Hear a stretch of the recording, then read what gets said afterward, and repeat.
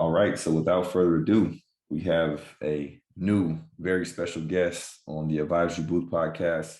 And it's kind of, I don't know if the word is serendipitous, ironic, whatever, however you want to describe it. But my good friend, Josh Owens, former teammate, who I was on the transition defense podcast here. What was that, last year? Yeah, last spring. Yeah. So return the favor. I appreciate you taking time out of your day. I know it's afternoon over there in Tel Aviv, and I caught you pre massage. So I appreciate you sharing your insight and your perspective on your career to help our overseas community. How you doing today? I'm good, man. It's a blessing, and I really appreciate you having me on. Cool. Glad you could make it. It's 4 a.m. on my side for those wondering, out here in Phoenix, Arizona. This is kind of how it was last time too. It was like midnight when you interviewed me. So we kind of got that late night podcast vibe. So we'll jump right into it, man. Want to take a look at your career as a whole, and we can include college as well, and kind of let people know who don't know you, where you come from, what you've been able to accomplish. And we'll start in high school, and you can go as long or as short as you want to. Sure. I started out, I've played basketball since I was young, but I probably started getting serious about it in high school. I ended up going to a prep school up in New Hampshire called Phillips Exeter Academy, and originally went there more from an academic perspective, and then kind of found out they played in this really high level, highly competitive league called the NEPSAC that has schools that have a bunch of like fifth year players that are like transferring and all of that. So it was really high level of basketball, and I had this opportunity from the coach at the time who said, usually we don't play freshmen on varsity, but I'll give you this option, right? You can play JV and probably score like 25, 30 points a game, get all the playing time, or you can come and play varsity as a freshman and probably ride the bench because the league is so good. And I was like, you know what, I want to play, so I'll go the varsity route and hopefully learn and just develop. And from that moment, I kind of understood kind of what the coach saw in me, and kind of the potential he saw that I could play collegiately. I wasn't even thinking professionally necessarily. Yeah. So I was there for 4 years, was blessed to get some high D1 offers. I ended up going to Stanford. I was there for 5 years. I ended up doing a redshirt year. I'm sure we'll get into that a little bit later in the talk. And then from there, just realized that I wanted to, continue pursuing basketball professionally. So since Stanford, I've played a year in the D League. It was a D League at the time. The D League, I played with Carlon. Make sure people know how old we are, Yeah, seriously. So a year in the D League, and then the next year in Israel again with Carlon, actually in the team I'm on now in Tel Aviv. And then since then, I've just been bouncing around. I was in Italy for 2 years, Turkey for 2 years. I had a brief stop in Greece, back to Italy, back to Israel, back to Turkey, and then a stop in France end of last year. And I started this year in Athens and finishing out the season in Tel Aviv. People that know you or people that follow you know that you're an explosive athlete. You catch lobs that maybe Clark probably can't catch on his best day. And it's exciting, it's exhilarating. And then you also show that kind of that passion, that Russell Westbrook emotion after some of these incredible lobs. When you first started out in high school, were you that same player? And I guess on top of that, a secondary question would be, where was your brain during that time as a teenager as it relates to how you looked at your body, getting stronger, getting more athletic? For example, for me, when I was 15, 16, my whole focus was on being as flexible as I could. So I was a really big proponent and believer in stretching.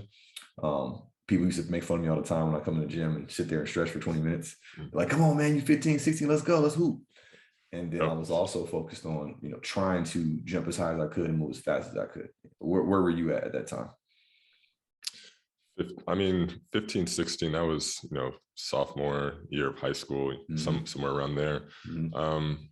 I think I always kind of cared about taking care of my body. I think that was instilled by my father. When I was young, he used to take us to the track on the weekends, and he always kind of instilled this: you got to be healthy, you got to, work out, you got to, keep your body in shape. And then he also had this element of, we're doing this extra work, on the weekends at 6 a.m. When, most kids probably want to be at home sleeping in. And at the time I hated it. It was annoying. Right. But as I got older, I started to understand, okay, like during the season, like I had maybe a better wind or like a better stamina. And then I kind of fell in love with this idea of being able to actively improve my body. Like I understood and internalized like the control I had over that. Right. So once I understood that correlation, that like it's up to me, like it's my choice and I have that ability, that really changed the way I approach it. So by the time I was 15, 16, I was certainly like an explosive player at that point, a lot of pick and roll, and I was still growing at that time. So I probably played a little bit more 3, 4, and 5. But yeah, I was also that same person. My high school coach actually used to make fun of me because I would come to practice and I would stretch and I'd be holding up the start of practice and stuff a little bit. But I don't regret it at all. Yeah, no, it paid off. It paid off. So we make that transition from basically, you said New Hampshire to across the country in the Northern California Bay Area region, where you get to Stanford. And in college, there's often this kind of, if I were to ask majority of basketball players from our era, maybe a little bit more after too, there's a negative stigma around lifting in college because a lot of us endured football or Olympic type lifts that were not necessarily basketball related. The way we move on the court, the way we jump, the second jump after a rebound, the way we turn and have to go catch up on defense. How was your experience in college? Do you feel like it was pro you, or did you feel like it was kind of putting extra miles and pounds on you? I think it was a little bit of both at different points. Okay. So my freshman year, I had the coach, of course, that recruited me, and I was working with that strength coach. And first of all, even like aside from strength coach or program, just the pace of the game and just the physicality of the game, that was automatically just like a wake up call. I've always been a kind of thin player. So I think I came my freshman summer like 190 pounds or something like that, like 6'7.5". Yeah. And I remember after freshman summer, I was just in the weight room, just lifting for 2 hours and then drinking, like 3 muscle milks after. And like my strength coach is just telling me like, you got to eat. And like, it almost felt like a chore. But I ended up putting on like 15 or 20 pounds just in the summer like that. Yeah. And then the next year, my coach, he took a new job. So the whole staff left and we got brand new staff, brand new strength coach who had a completely different philosophy. Yeah. And he was an SEC football coach. Yeah. Before. So then it turned into just like, let's bulk you up. And I think this kind of gift and a curse I've had with my athleticism and just like my body type or frame or whatever. Sometimes like new strength coach will look at me and be like, oh, that's going to be my project. Like we're going to see what we can do with him. So they just tried to bulk me up. And I remember that year we had like so many stress fractures, and we were doing like running suicides with like 20-pound weight vests on and stuff, crazy stuff. Yeah. And then the next year he left, and then I probably had one of the best strength coaches that really changed kind of the way I was looking at training. And he was all about functional movement. Yeah. It was less, crazy Olympic power lifts. It was more, how can you move? Like, how limber is your body? And he just made the correlation between whatever we do in the weight room or whatever we do in these workouts, I want you to be able to understand how that correlates and connects to movements on the court. And then like, I mean, you think about this stuff, but that was the first time like someone was like kind of put it into my head during the workout. Like, all right, imagine you're doing this. And then that's also the year that I ended up sitting out. So I was just working with this guy constantly for a whole year, just kind of trying to keep my body ready and just learning.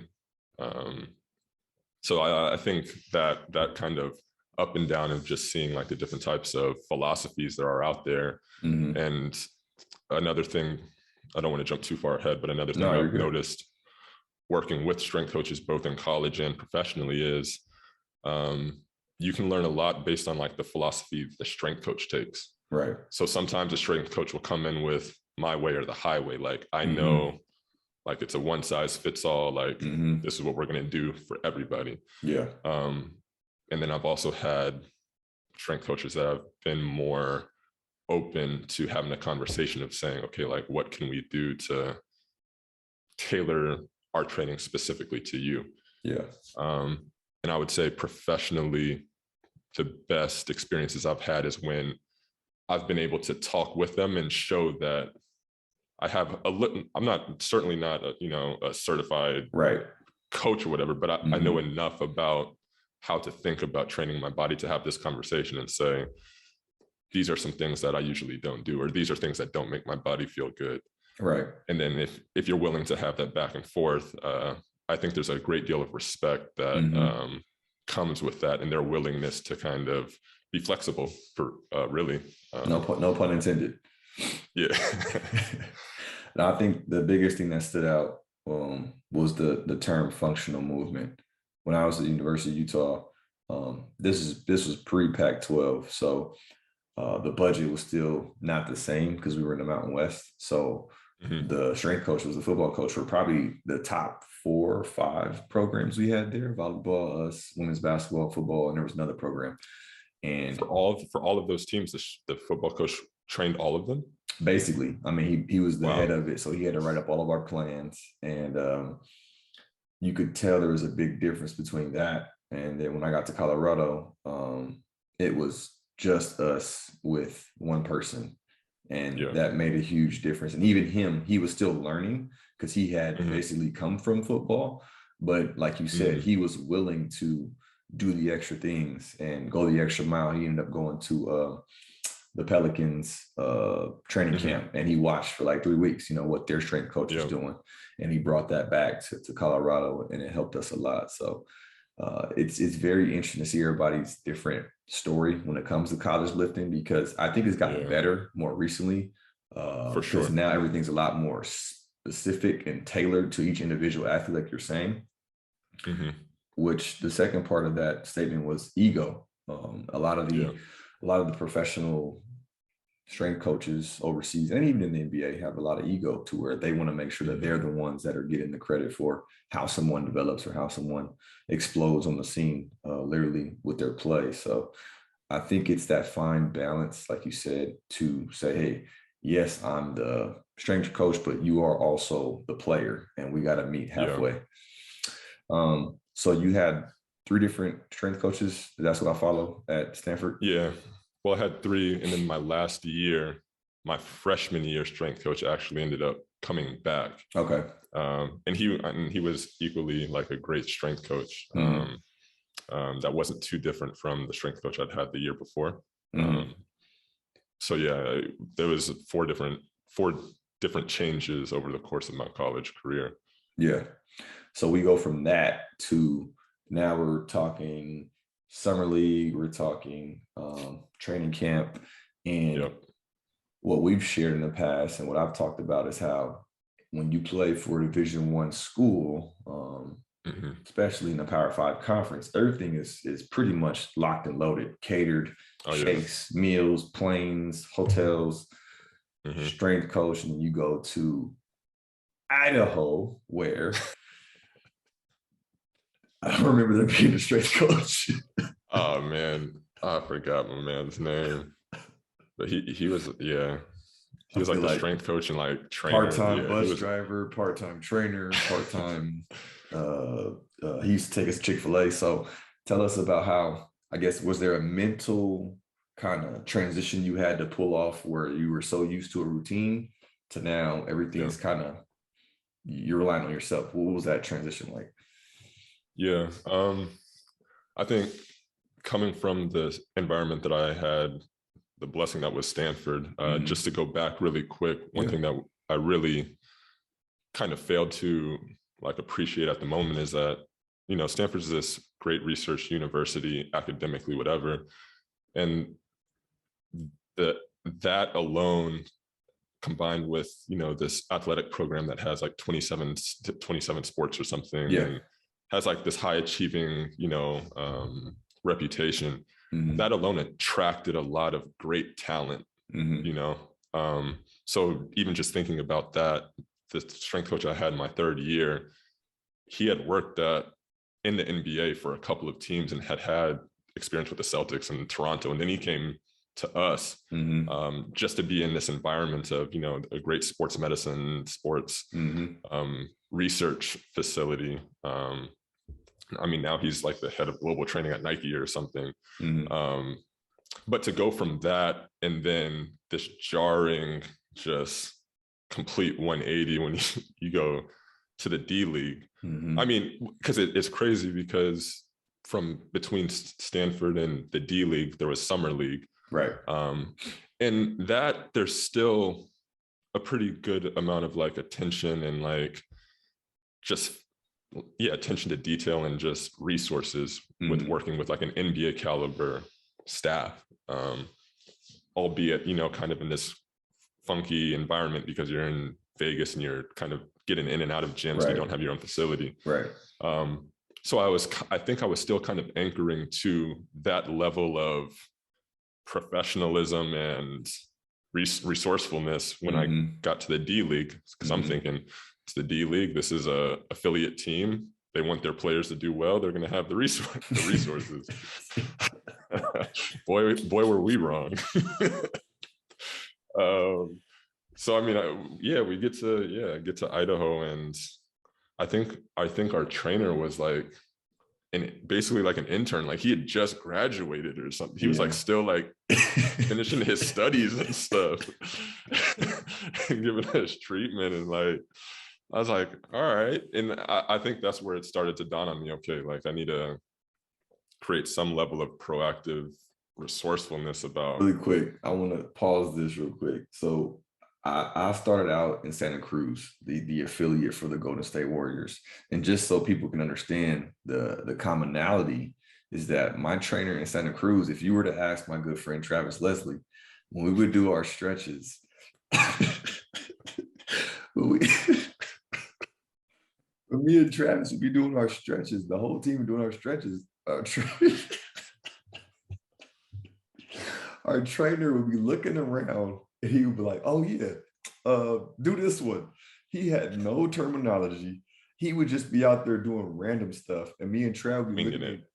And we'd be looking at you like, yo, he was on YouTube last night just looking at stuff like, oh yeah, I'm gonna use that one tomorrow. I'm gonna use this one tomorrow. So what I'm trying to say is this is across the board at the time. It wasn't just Idaho. It was literally across. We didn't have any of that in Santa Cruz either. So continue. Yeah. So it just kind of opened my eyes to this level of new responsibility that was going to be on my part to make sure I'm doing the things that were within my control, and just being resourceful and proactive about all the things that are going to keep my body going. Because I remember during that rookie year in the D League, I hurt my hip flexor or something, and it was kind of just like, all right, figure it out. We're going to make sure we're going to send you to get an MRI or whatever, an ultrasound. But after that, there wasn't any structured, systematic care for making sure that I was, getting back to no routine checkups, no doctor's visits. It was like, okay, it's like pass or fail. You're good. Okay, cool. You can play on Friday. If not, take some more rest. Within that, I forget where were the weights? Was it at the Boys and Girls Challenger or was it in the locker room? I can't remember. Well, we had the very poorly furnished Boys and Girls Club, or YMCA, that we practiced out of regularly. But then I remember sometimes me, you, and I think Harp would go sometimes, where we would have the intern manager like drive us in the bus to this gym, like a That's proper right. like The facility. That LA way, yeah. Fitness or something. But even with that, you had to jump through these hoops, and you had to be proactive and be like, hey, can Yeah. you give us a ride? Because we didn't have cars. Yeah. Couldn't walk there, it's too cold. Yep. And it's like, can you give us a ride on such and such a time and hang around, or come pick us up in an hour and a half to like bring us back to the apartment? we were like But we were like middle school kids, man. yeah.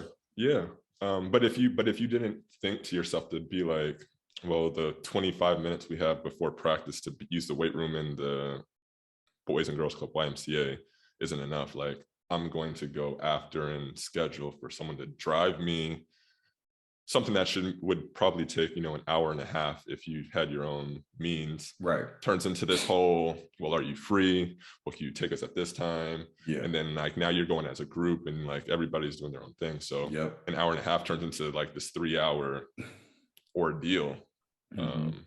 But that's what you have to do if you wanted to make sure you were doing some of the things that you could.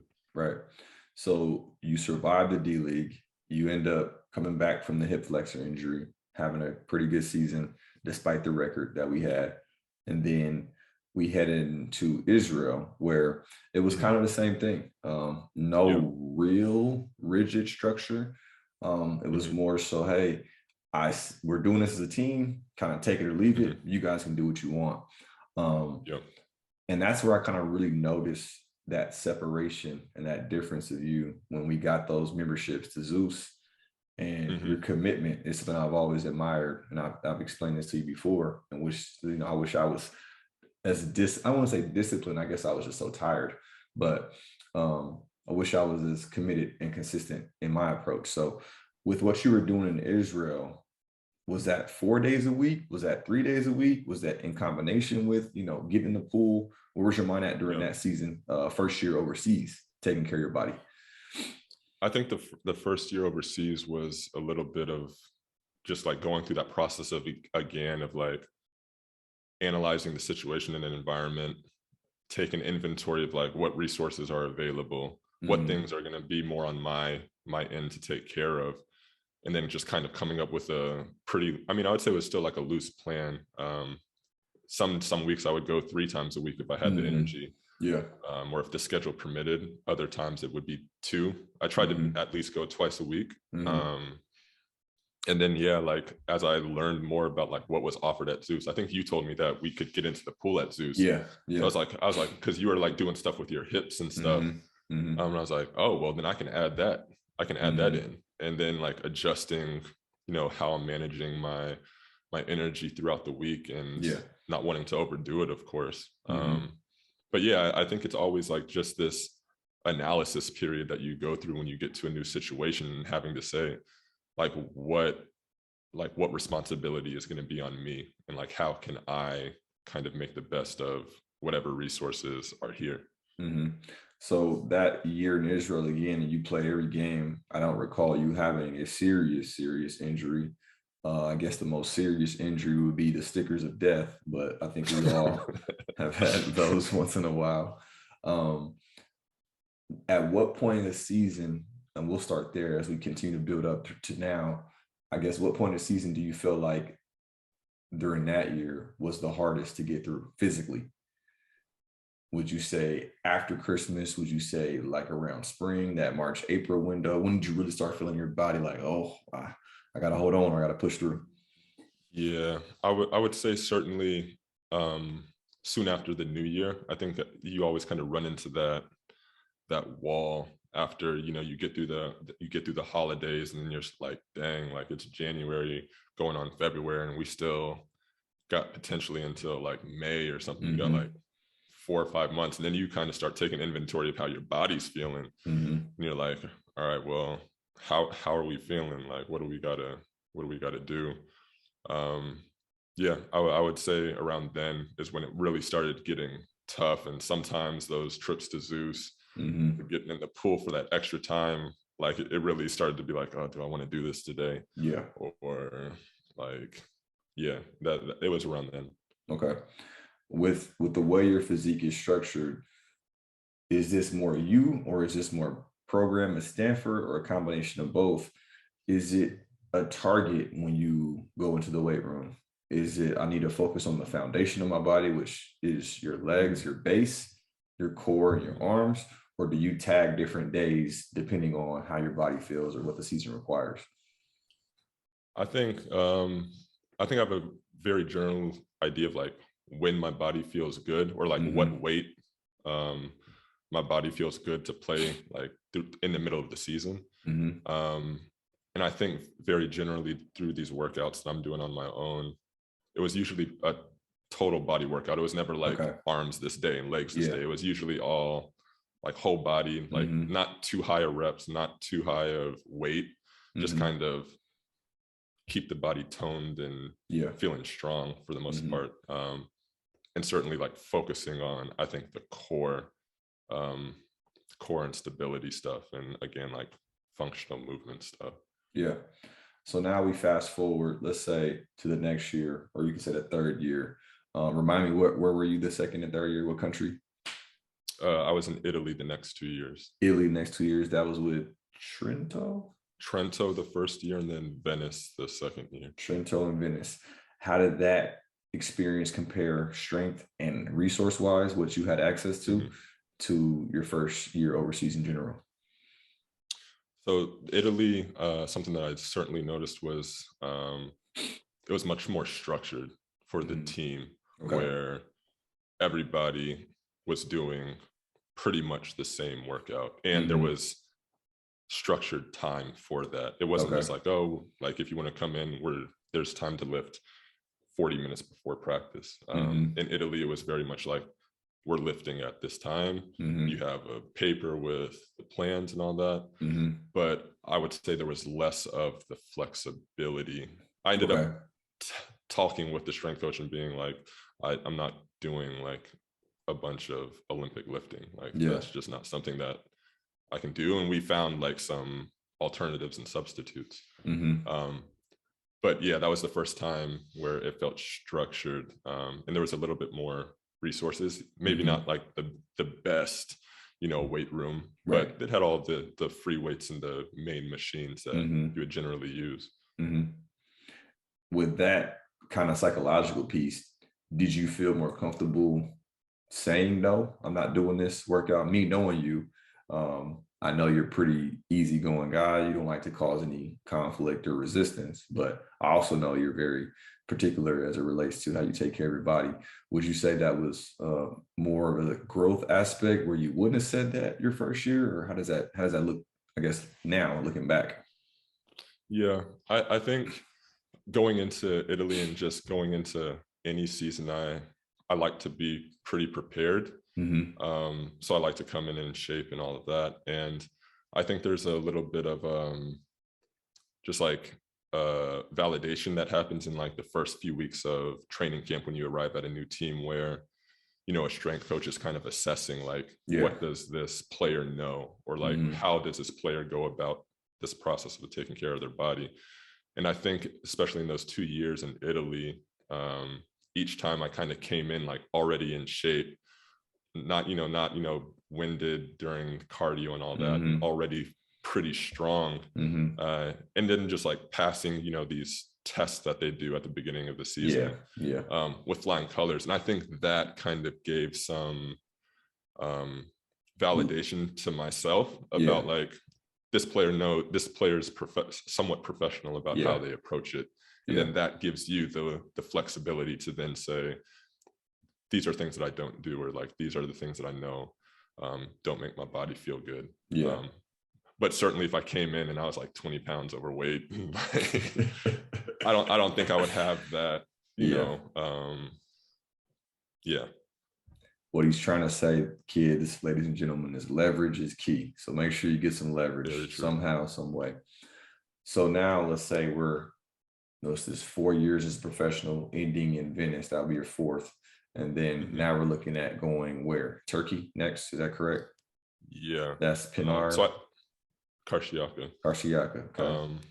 So it's interesting because that second year in Italy, in Venice, I ended the season injured. Ended up tearing a ligament in my foot, so I missed the last month in playoffs. Yeah. And then I ended up getting, an offer to go to Greece, and I think this was the first time where I was just really frustrated and concerned about like what happens when you get an injury playing overseas, or like a more serious injury going overseas. How can that kind of affect your trajectory and journey? So I ended up, kind of doing what I could to like rehab. And again, the resourcefulness came back into play that off season, because I was like, I need to get healthy. Where can I get healthy? I would always go back to Stanford to work out for a little bit and work with the trainers there. But even coming into that season, I wasn't confident that I was as ready to go as I usually am. Yeah, I remember that. We had conversations about that. So I get to this team in Athens, and it just doesn't work out in training camp. And I leave, a couple of months in and switch teams and go to Turkey. And it wasn't until, 2 months into my time at Turkey that I was actually feeling like, okay, like the season's going to be all right. I feel healthy enough, maybe not 100%, but I feel healthy enough to perform, and I'm not in the back of my head thinking about my foot. Yeah. That kind of segues into my next round of questions. You seem to have always been able to bounce back from your injuries. What does that in your mind correlate to? Is that just the dedication and consistency of time and doing it over and over again and kind of building up that resistance and that regiment? Or do you think it's more genetic? That's a great question. I would attribute it to a few things that kind of end up intertwining and overlapping. I think it's certainly like past experiences, just learning how to take care of my body, and kind of doing the things that are just like automatic to me, that become a part of my lifestyle that I don't think about. I just do them because that's what I know to do. Yeah. On top of that, I think how I think about getting better, or how I think about like the idea of longevity throughout the course of a career, that also plays into like what has allowed me. Because it's funny, the way I would say it is like longevity is basically like this risk mitigation problem, and not even thinking about injuries and thinking about the health aspect of professional basketball. I knew I wanted to play for a longer period of time. So the question I asked myself is like, what keeps me on the court? Like, what keeps me getting contracts? What keeps me playing? Right. And at first, like, you can say, okay, like you got to perform, you got to score points and rebound and do whatever. But then like, what allows you to do that? So you go through this like iteration of questions. And at the end of that, deductive reasoning. Deductive reasoning. At the end of that, I end up saying, okay, well, foundationally, it's being healthy. Because if you're not healthy, you can't even get on the court. Like you can't get a contract. You can't get out there and score points.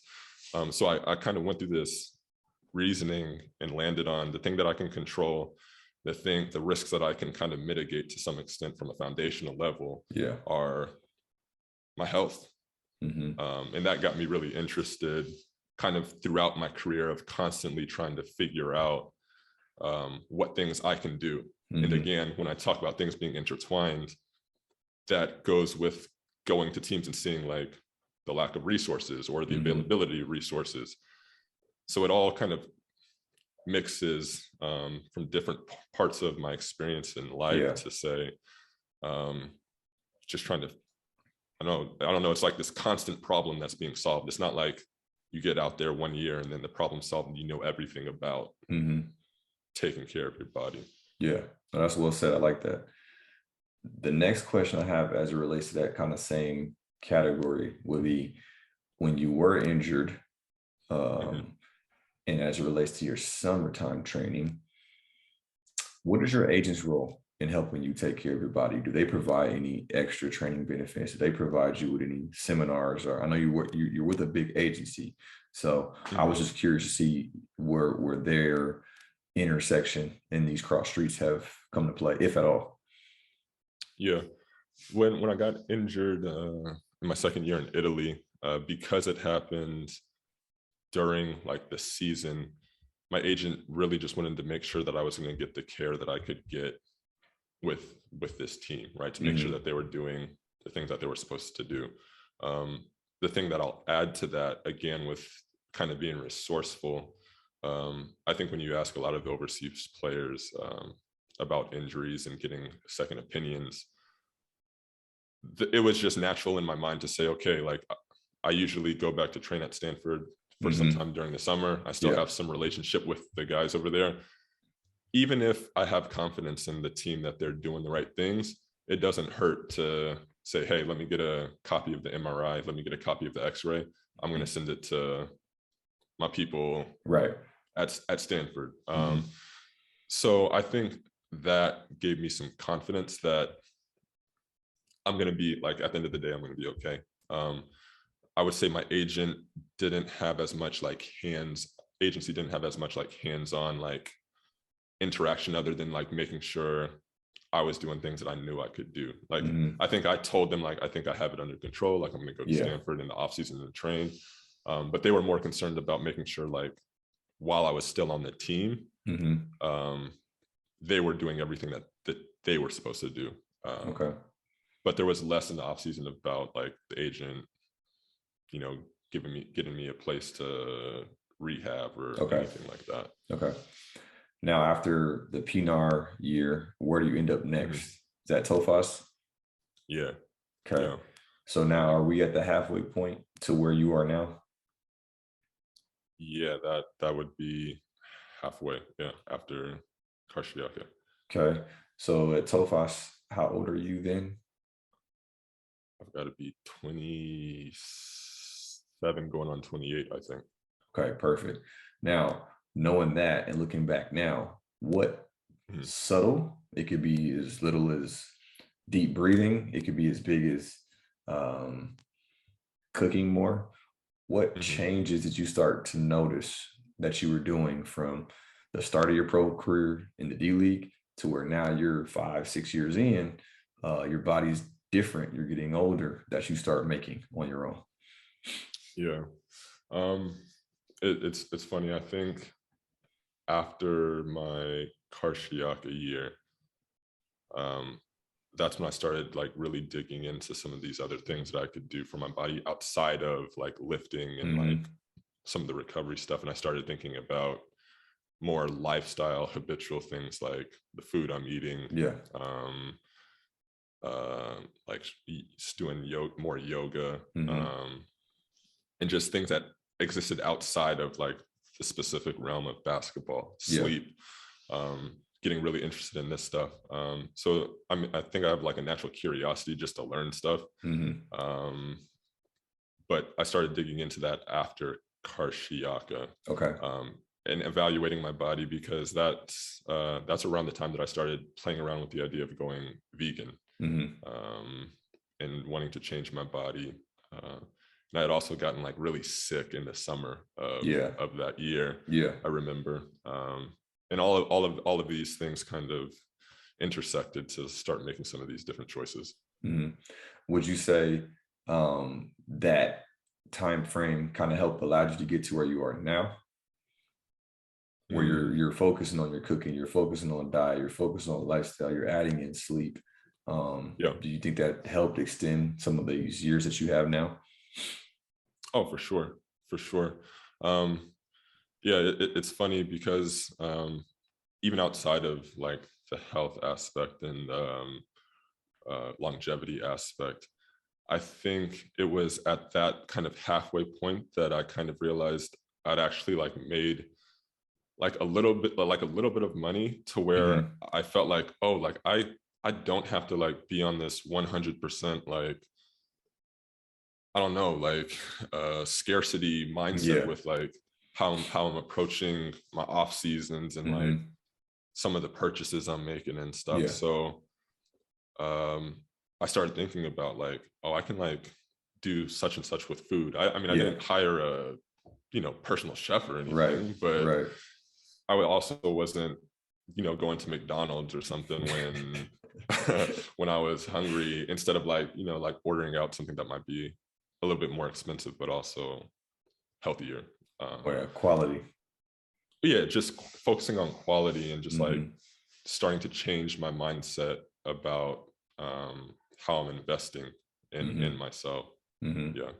So after Tofas, where do we go? Is that back to Israel? Yeah, I go back to Israel and go to Jerusalem. Okay, so in Jerusalem, where are their facilities? Because that was there. You guys won the Israeli Cup, correct? Yeah. Did you notice there anything different about that year, in particular, as related to your body? Did you feel more refreshed? Did you feel more bouncier? Because I'm sure there was different, I guess, teams, so to speak, Americans playing in the Israeli League versus the Euro Cup League or Champions League. Which one were you guys in? Champions League? We were in Champions League. Okay. Yeah. Talk to me about that year and how your body felt that year. My body felt great going into the year. I was really excited. And then I got out to Jerusalem that, late summer, early fall, and I met our strength coach, a guy named Roberto Yetzi. And he was one of the best strength coaches that I've had overseas. And he reminded me a lot of this trainer that I had while I was at Stanford, where he was like, oh, we're doing functional stuff. And, he's doing all the tests and really kind of tailored these workouts to each player. So I've always like appreciated and respected kind of the professional approach that he took with his job. Because I feel like sometimes you'll go overseas and you'll get some of these strength coaches that have kind of been grandfathered into their role. Yeah. And they've been doing this, they got the same workout for the last 20 years or 10 years or whatever. So I respected the care and focus that he put into his work. And that just was very, it was just good for just the way I approach the game. So I ended up loving working with him, staying healthy until the middle of the season, where I had a couple of injuries. I think I like partially separated my shoulder at one point, and then was like kind of out and playing through that for a couple of weeks. And then it ended up ending the season not knowing that I had partially torn rotator cuff. Again, it's one of those things where it wasn't anything that was preventable, because they're kind of like acute injuries. But just dealing with an injury throughout the season, or like managing yourself, that was something new for me. I'm sure the listeners are going to want to know, and this is one of the questions I had, but I'll ask it now. Is there a huge difference or a noticeable difference between how you lift in the off season compared to how you lift during season? What does that regimen routine look like for you when you get home? It's changed. It's certainly changed over the years. Earlier in my career, when I was younger, it was all about, we got to be as strong and explosive as possible. So I was lifting pretty heavy. Because you got to guard Sofo and Art Parhosky and all these monumental structures.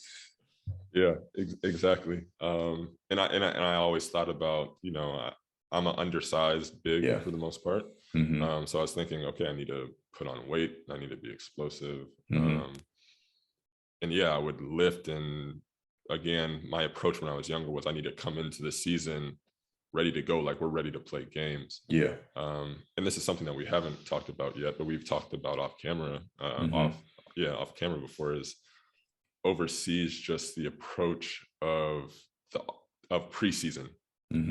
For a lot of these teams, I think they approach it like, you haven't been doing anything for 3 months. We need to find those 5 or 6 Americans that have made our lives a living hell, and we need to go knock on their door like, come on, man, y'all owe us some money or something.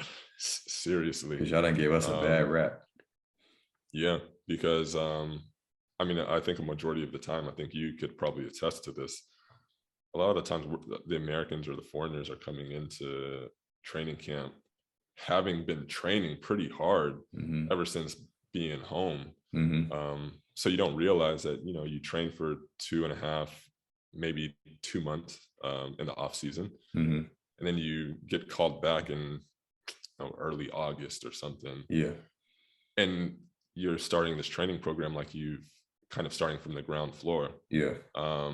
And that has implications on like how and I realized my second or third year what implications that has for how I feel the first half of the season. Because if I've already done like a whole off season of training, and then I do, you know, a whole training camp, you know, 2 months sometimes almost of these preseason games and training, and then start the season, that's a lot of in my mind, a lot of unnecessary wear and tear. Absolutely. Going into like this ridiculously long European season. Yeah. Would you say there's a certain, I guess, number of times you're working out in the summer per week? Is there a certain number of times you're getting active recovery, like massages or acupuncture, or getting worked on by your trainer, like I saw you a couple hours ago? Yeah. Again, it's changed as I've gotten older. Now I probably try to lift 3 times a week. Just again, full body, mostly again, functional stuff, focusing on my core and balance and stuff like that. Yeah. And then in between those days is when I'm doing kind of like the cardio, getting in either in a pool or on a bike or on a track. And then basketball stuff probably 5 times a week, or 4 to 5 times a week total. Again, kind of pairing that with one of these days and saying maybe this is a more skills, heavier skills, you know, day. This is more of a shooting day, and then probably only playing seriously once or twice a week, like a good run. You know, that's kind of how it's been the last 5 years, I would say. Nice. Now, where does yoga fit in the off season? I know you have your routine in the morning. You post it on your stories, a lot of people can see. And I know we went last summer when we were in San Diego. Where does that fit into your routine in the summer and during the season? During the off season, I'm trying to do yoga at least like 3 times a week, just something easy in the morning, just to kind of wake my body up. And then similarly during the season, it kind of fluctuates. I would love to be able to do it every day, right? But I don't think that's realistic, just based on kind of the energy demands and the other recoveries that are necessary to get through the season. So now it's probably like 2 to 3 times a week where I'm doing something yoga or stretching related to start my day. Nice. And as far as you said, sleep earlier, for you, is that a certain number, or is that more so a certain feeling where, you know, like, okay, it may not be the standard American requirement, but I feel good. This is what works for me. Yeah. That's gone through, you know, its ebbs and flows. I think I kind of approached it very scientifically when I first started getting interested in it, doing a whole bunch of like reading and research and saying, okay, like, this is how I can improve my sleep hygiene. This is how many hours I need to shoot for, etc. But I think what happens, especially with you know, a professional basketball player career and just the lifestyle and realities in practice, that can't always happen. Like, I want to get to sleep at 10:30, 11 o'clock or something every night and have this consistency. But in practice, maybe have a Champions League game in another country, and then we're getting back at like 3 a.m. or we're traveling at 2 a.m.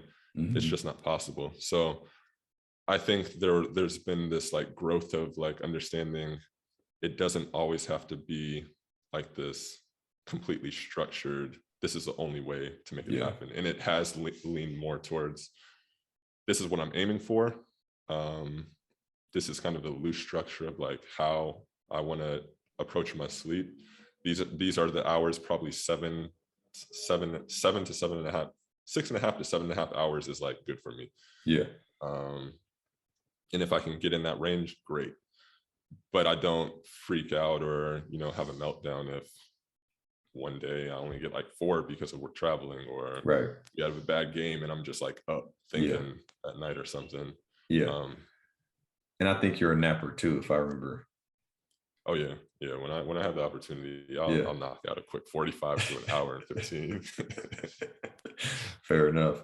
And then with the diet aspect, do you feel like there's ebbs and flows to that as well? Your protein intake, your carbohydrate intake, your grain intake, your water intake. Are you looking at different parts of the season, trying to hit certain numbers to maintain that weight? Because I know the first thing we talked about, and we both realized, along with our good friend Justin Harper, is that we lost a lot of weight that first year overseas. Yeah.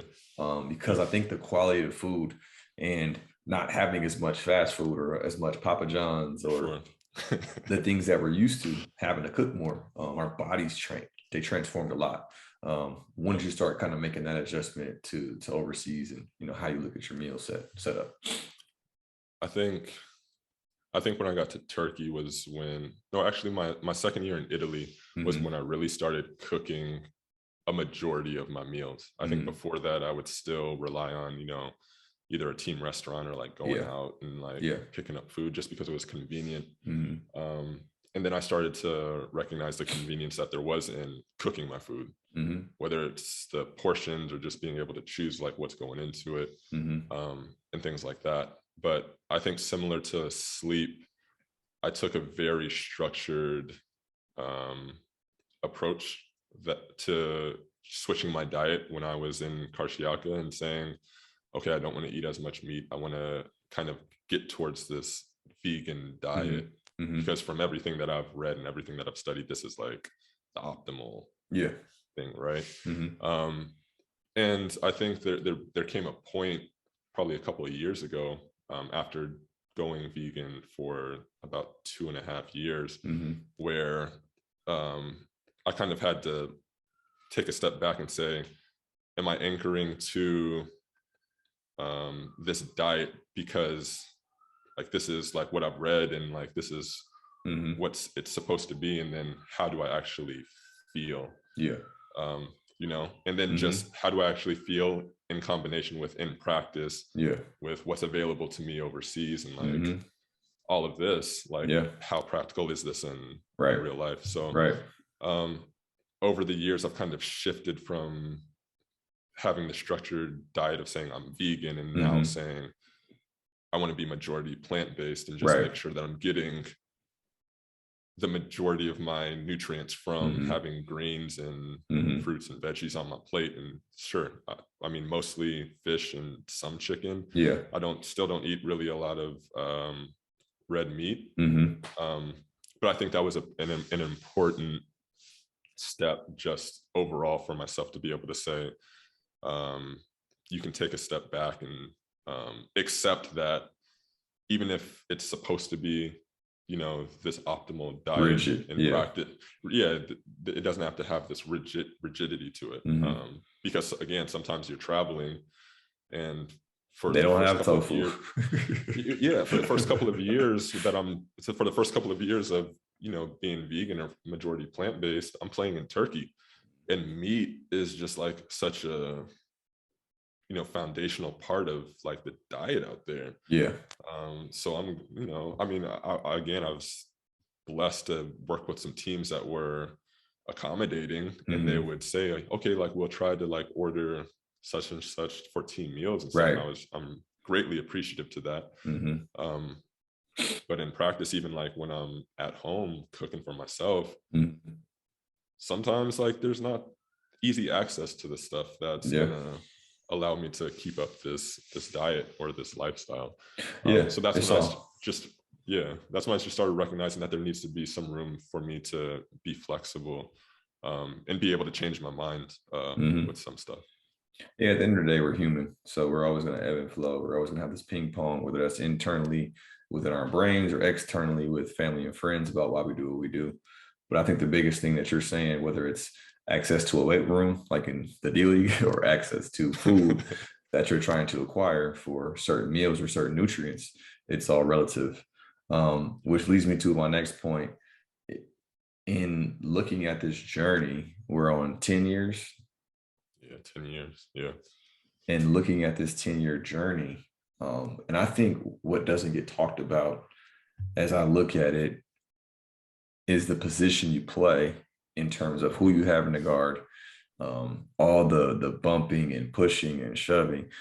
It may seem incremental because it's a part of the game, but when you add that 10 years and add another 5 years from Stanford, and then let's say add another 2 years, let's say your junior and senior year of high school, you're looking at 15 years of the same. So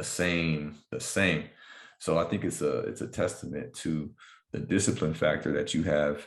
But the question being, looking at it full scale, 15 years, let's say that, what's the biggest takeaway from how you've been able to sustain this longevity, how you've been able to still jump and catch those lobs that your friend Dan talked about on on Transition Deep, that he can't believe you're still dunking on people's heads.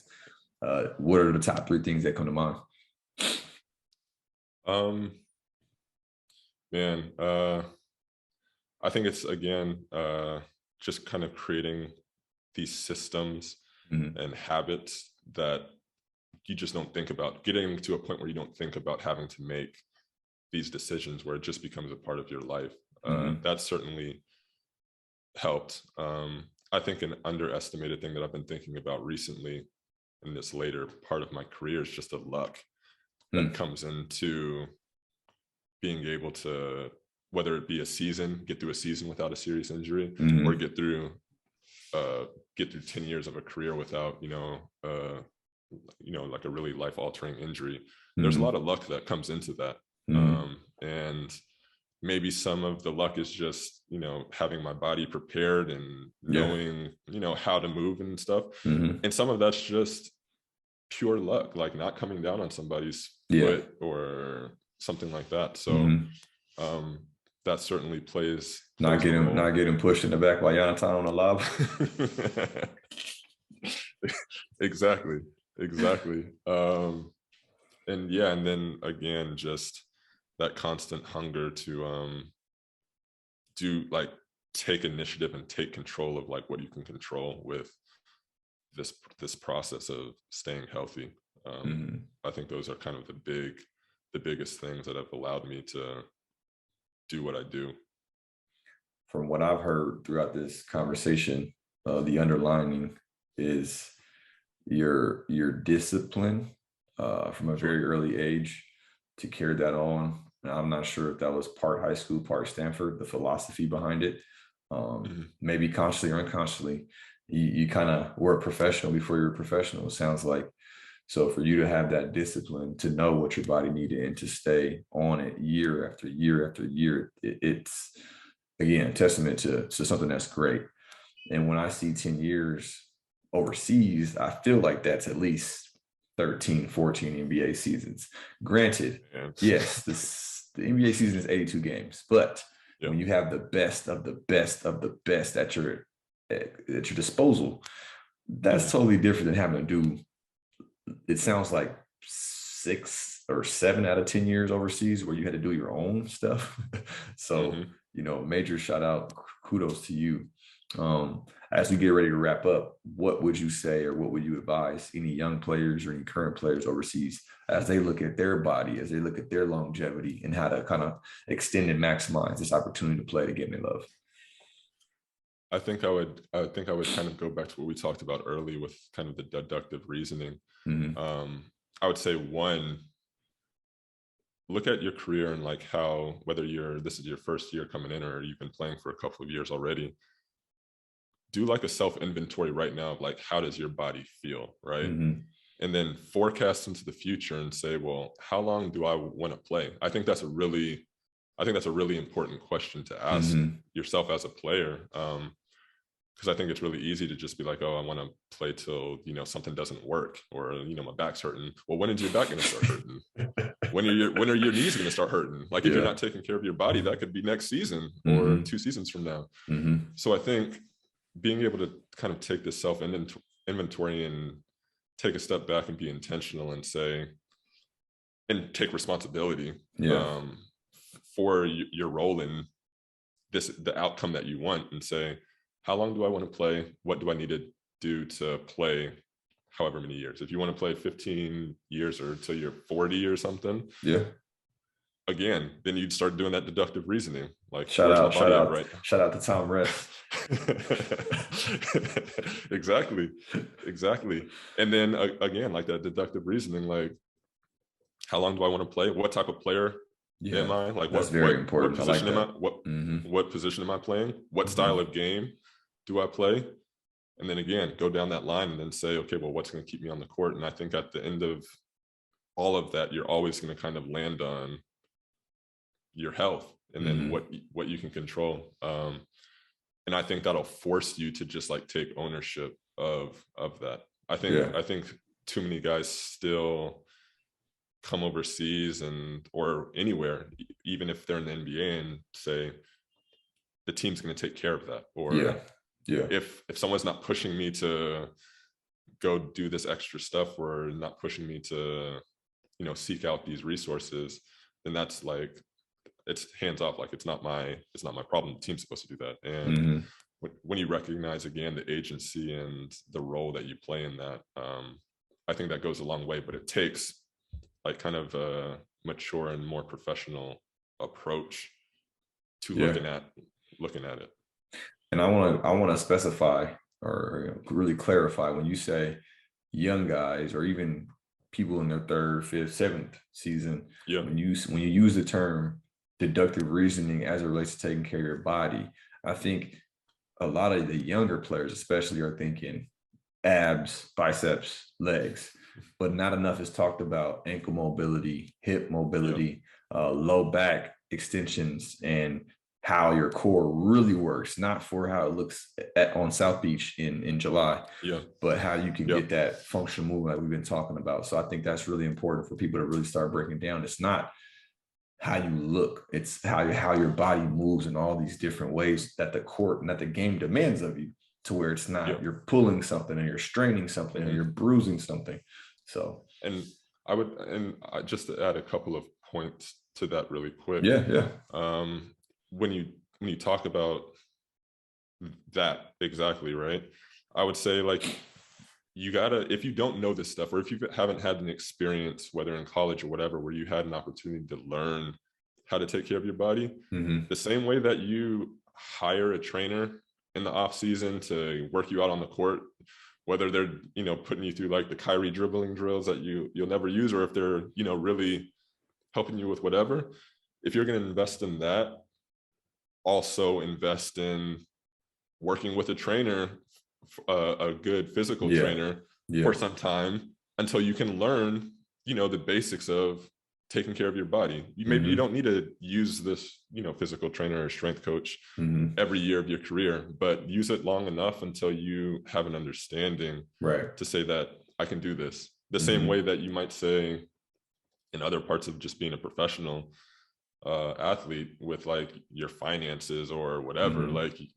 get around somebody that's going to be able to teach you the ropes on a foundational level, where you get comfortable saying, okay, I can do this. I think I have enough knowledge to take care of myself. And if something happens, I know the people to help me. Right. I like that. Learning resourcefulness, learning what, where to go and who to see. And then the second point I would make that I think is very important that we didn't talk about is knowing when to rest, both physically and mentally. Because health is physical and mental, and sometimes you can feel great physically and the mental part will take you out of it. So being professional about knowing how to rest, that was another thing that I had to learn early in my career, and just how I approached. And specifically, as you say rest, are you talking like literally shutting it down for the whole day, zoning out, or are you talking about, sleeping? Oh, both. Okay. I'm talking about, let's say from the mental aspect. You and I know overseas, like, how stressful and how much pressure you can be under during the season to perform, win games, whatever. And that takes a toll if you're already over here alone for 10 months and maybe you don't have, a significant other or family with you and you're kind of going through it. You can easily kind of spiral into a tough place mentally. So knowing how to pick yourself up mentally, knowing how to get back to even mentally, whether that's through, meditation, mindfulness, whatever, or knowing how to completely shut out basketball on an off day and say, you know what, I just need a change of environment on this off day. I'm not going to go into the gym and just like pound my body trying to, get right basketball wise. Maybe I just need to go out, take a walk, or go out and do something that's completely unrelated to basketball to kind of reset and refresh. I think that goes a long way. And then, just rest physically as well. Just quickly, I remember after my first year overseas, getting back in the off season and thinking, man, I'm so ready to just like start training and getting ready for this next season. And saying, all right, I'm going to I took like a week off or something. And then I was like right back to it, even though my body was hurt and just beat up. And I remember how I felt that next season. Later in my career, I was like, man, I'm not touching a ball until after the 4th of July. And that's just something I had to learn how to do. I mean, I'll still stretch and I'll still, move around a little bit, but I wasn't touching a ball until after the 4th of July. I think as athletes, we have it ingrained in us to say, okay, if I'm not doing it, I'm not getting better. Or if I'm not using it, I'm losing it. So I think it is a mental hurdle you have to get over and say, look, I've been doing this for damn near 20 years. I'm not going to lose it. It's not going to disappear. It might take it 3 or 4 days, but then after a while, it's just going to click. So I know exactly what you mean. Last question. Is it the last question? Oh, yeah. Last question as it relates to this part, and we'll ask some fun questions. We'll wrap this up. Do you have a massage routine? I know you got some fans out there in your first year at Untitled Touch that are wanting to know. The reason why that's so funny, let me explain this story. So we're in Israel our first year. I'm talking to Josh and our other friend Justin, like, hey man, I'm going to get a massage. I want to come. I'm like, bet, let's do it. So I find this place on Google or something like that. And Thai massage. So it's like a combination of stretching. They do some pressure point release, all that good stuff. We get there and it's like 5 Thai women who are speaking Arabic or Hebrew, and it's blowing my mind, number one. But anyway, number two, they look at Josh and they look at Justin, 6'9" and 6'8", and they had to go like 2 or 3 women at a time on these dudes because they were just so big. It was the funniest thing ever. And I just thought I'd put that in perspective. But go ahead. You have a massage routine. I actually attribute a lot of that to that first year with you, and then seeing you doing that. I remember at Stanford, we had there's so many resources I didn't take advantage of at Stanford. Now that I think about it, I remember them having like massage therapists that you could schedule time with, and I was never thinking I need to go get a massage. I got one a couple of times, and then I remember in Israel that first year or that second year, you were like, Thai touch. I was like, what? What type of place you going to? But then I just remember that experience of being like, oh man, this is something that I can work into my routine. And again, going back to that idea of just recognizing I had to break out of this scarcity mindset. I don't remember how much it cost for this hour and 20-minute massage, but it was my first year overseas, because in the D-League I didn't make any money. But it's my first time overseas, kind of having a little bit of money, and I was like, man, I gotta save my dollars, I gotta save my shekels. You save your shekels. But I was like, man, I can put however much it was towards getting a massage every 2 weeks or once a month or whatever. And now, here our training staff has access to a clinic, and there's a massage therapist that I go to once a week. Nice. but even in Turkey, like I found a spa and like Mm-hmm. bought like a massage package for like however many massages, and Yeah. like that's just an investment Yeah. that I make now if it's not available. Yeah. I think that's the key word in this whole conversation is investing time, investing resources into your body so you can get the maximum investment, which most of us want is more money. And it's a Yeah. simple equation. The longer you play, the more money you make. But before that, going back to deductive reasoning processes, you can't make any money if your body is not capable and if you're not available to be able to play. So we'll leave it at that. Just for fun, what was the favorite environment you played in on the road? And that could be anywhere. Ooh, Overseas, not college. yeah, that's tough. That's tough. Overseas, I mean, Or you can go top three if that makes it easier for you. yeah, I mean, certainly top three. I know off the top of my head, just being back here in Tel Aviv and just being reintroduced to the intensity of the derby here. Yeah. Playing against Maccabi in their gym and just Mm-hmm. it being like red, yellow, Mm-hmm. fans going nuts, fireworks and stuff, fires Yeah. happening in the stands. Mm-hmm. That's one I remember in Turkey, my first year playing against Besiktas. Mm-hmm. They have a crazy fan base. Man, those are two that certainly stand out at the top of my head. Okay. And what about favorite? I guess this is kind of tricky because you've been so many places, but favorite food or what's your go-to food, or that's, let's say, genre while you're overseas? Yeah. I think I just very generally lean towards anything Mediterranean Mm-hmm. based. Mm-hmm. When I was in Italy, I mean, I was spoiled with the food options there. Yeah. But even when I went to like Turkey and stuff, there's some overlap with like Turkish food, Greek food, and like Israeli food, for example. Mm-hmm. So yeah, I mean, Italy and Middle East are a little different, but Yeah. it's always like these fresh ingredients, Mm-hmm. simple dishes where it's just like, man, like you taste every part of it. Yeah. Yeah. More of a lifestyle question. What's been your top three cities that you played in? Top three. Man, I love Istanbul. It's just like a city like no other. Mm-hmm. Last year I really enjoyed playing in Paris. Mm-hmm. Even though it was COVID and everything was locked down, Yeah. for the little bit of time I was able to get out and explore. Mm-hmm. That was really nice. And then I don't know. I just have Italy has a special place for me. Mm-hmm.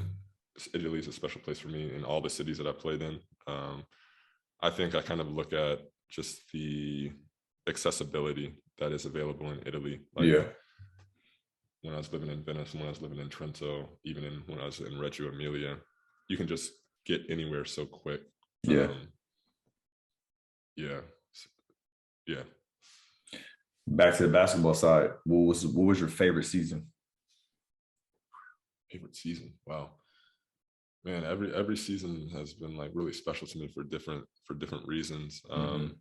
Certainly that first year overseas with you and Justin at Tel Aviv was really special because we played D League together. I think I also think to my second year in Turkey as being very special. Yeah.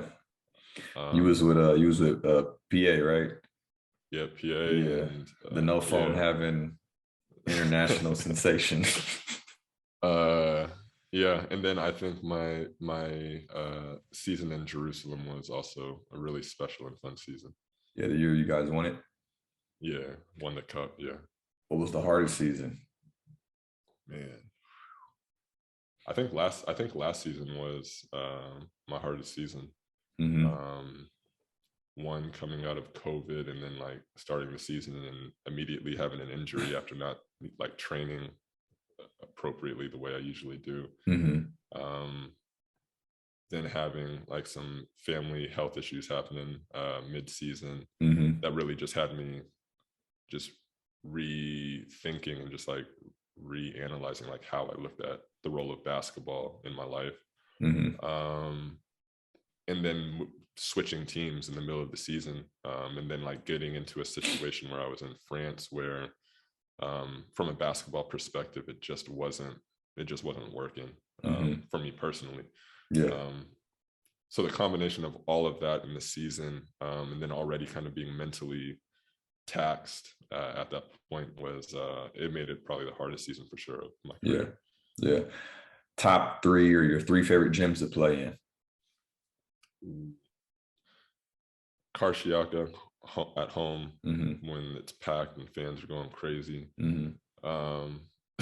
You'll get a laugh out of this, but playing in Hadar Yosef that first year was special, man. It was a special atmosphere because it's this tiny gym with only like fans on one side.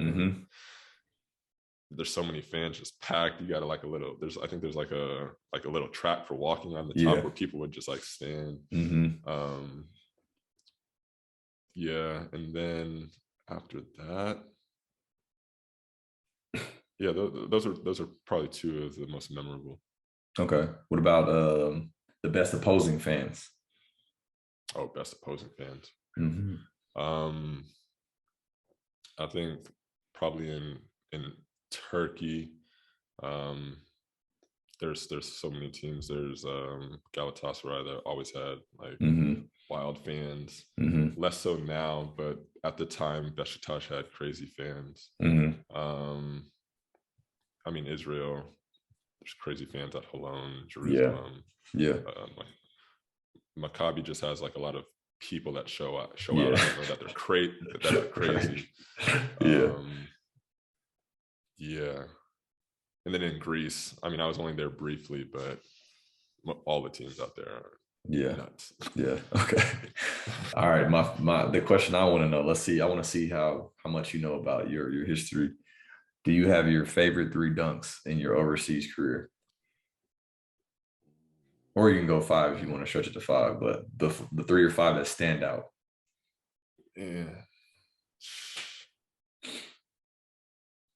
I know there's 2 that I can think of from my year in Jerusalem when we were in the cup. There was one against I think Holon, and it wasn't the championship game. I think it was the semifinal game where it was like a kind of quick transition, and like Tay Thomas like passed it up to me as I was like flashing down the middle of the lane. I just caught it and just immediately turned and jumped, probably from second or third hash, and just like, I don't know, put it on somebody's head. That was really memorable. Man, I've had a lot of dunks. I know. That's why I'm curious. It's funny because so many of my dunks I kind of like lose it, and like I don't like think about it. Like, I mean, I've had a couple of this season that I kind of surprised myself. And that's what I'm really getting at. Like, which one you like? Oh, I did that, or I didn't think I was gonna make it, or I didn't think I was gonna catch it. There's a couple this season, so I'm playing with a guy, JP Takoto, right now. Who's like great all-around player, can pass, can score it, can post up, and like we just created this connection where we just know like where we're going to be at, and he's always posting up and draws a lot of defense, and I like kind of just like sneak on the weak side, and he just like lobs it across the lane. And he threw one a couple of weeks, like last week or 2 weeks ago, where he just like darted it. Like he didn't lob it, he like rifled it, and I just was like, all right, I guess we're gonna try to go get this, and somehow caught it. I guess. No, you got pretty good hands. I never forget, for me, we were in the playoffs against a lot, and I saw you streaking, and I threw like a Hail Mary. You caught it and you dunked it on somebody and got the and one, and that place just erupted. I remember that one. I threw a photo of it. I threw it and I was like, "Ooh, I don't know if this is a good pass." But then you caught it. I was like, "Oh God, thank goodness." So yeah, you got a lot of them. You definitely got a lot of them. And there was another one where we were in transition against Toulon. I don't know what happened. I did something. I saw you streaking, and like I kind of like I had it in my palm, and I just kind of pushed it like a silver platter, and I could see Era's face like, nope, ain't it? It's not the one. But then you caught it and dunked it. I was like, okay, cool. So yeah, man. Shout out to you for saving a lot of us guards with your catching ability. I know you take a lot of photography. I mean, you do a lot of photography. You got a lot of photos. I'm sure your dunk library will soon rival your photography library if you take time and really process it. Oh yeah. I think that's it, man. Any last parting words before I let you get out of here and enjoy the rest of your day? Man, I would just say, one, I appreciate everything that you're doing for the community, with your expertise and the history that you have with the game and your knowledge of the game, and just kind of being a resource of knowledge for the young guys or even some of the older guys that are out here trying to navigate this profession. I think, and young and older gals too, for the ones that follow me. Yeah, I think it's a beautiful way to give back to the game, and I'm always in awe of what the impact that you're having. So that's one, and it's just appreciate you giving a platform to be here and share a little bit of my own story and experience. I just hope it's helpful to somebody. I think I probably take the same approach as you with trying to be a resource to people if anytime like someone wants to reach out or whatever, like I'm happy to have a conversation, email, whatever, to help out, just to give back to a community that has looked out for me in so many ways and has been a critical part in me being able to keep playing the way that I am for how long I have. Two last questions. When you say that, number one, how many more years you got left? My man Ricky said he done. He said this is it. He said 18 is it. For me, that remains to be seen. I think for the last couple of years, I kind of take it off season by off season. Yeah. And just really have like again, like doing these self inventories where I ask myself how my body's feeling, where my head is at, where my heart's at. So it'll be the same for sure. Okay. This off season. And the second question, as you self-reflect and check that self-inventory, you advise players to ask themselves how many years that they want to play. When you look back at you, when you ask that question, did you hit that number, or are you still not sure? No, I think when I was leaving college, kind of the way I was approaching what my professional career was going to be like, I think I've already hit or surpassed that number. Nice. And I think that's what kind of gives me this kind of levity and ease with being able to, and this peace with being able to like take this inventory in the summer and be like, is this something that I want to do the next year, or like what do I want to accomplish in another year of playing? And the final question, would you advise the gals, the gentlemen, first year, second year, fifth year, ninth year, to stress their back or to not stress? Real quick. one last story. So the team I'm on now, again, like this is the team I started my overseas career with. And we got a young guy who's like 19, maybe 20. And he, like, we're talking the other day, and he's like, yeah, like I've had these workouts, man, and like I'm tired because I always get made fun of because like I'll joke around with the young guys and be like, man, I'm tired today. I ain't got it. Yeah. They're like, come on, Josh, you're young. I was like, man, I'm the second oldest guy on this team. Like, but the young guy came in and talked about he was tired this day, and he was like, like I had Army, and then like I had a workout and with Ofair and blah blah blah. And I was like, wait, with Ofair? And he was like, Ofair used to be a coach here. I was like, Ofair? You trained with my man Ofair? He was like, yeah. I was like, so I was Oh, like, I man. was like, is he telling you to stress your back? Like, I was like, beat you. He was like, yeah, you know, Ofer? I was like, come on, man. Like, Ofer's an OG. Like, Oh my goodness. he had me, Carlon, and Justin Oh. stressing our backs and shooting 2-hand hook shots for a whole season. So you're saying not to stress your back or stress your legs? Hey, do not stress your legs or your back, or Okay, cool. I definitely wouldn't be 10 years into this. All right, man. We're gonna leave on that note. It's only right. Thank you, Josh Owens, 10-year vet, Stanford alum, and great overall human being. Proud and happy to call him one of my really good friends. And I salute you on this journey, man. Been a hell of a job, constantly evolving and doing what the game required, and also going above and beyond the call. So, shout out to you if you don't hear it enough from one of your peers. Hey, man, I appreciate you. It's all love over here. Hey, man. Well, thank you guys for tuning in. Until next time, y'all be easy.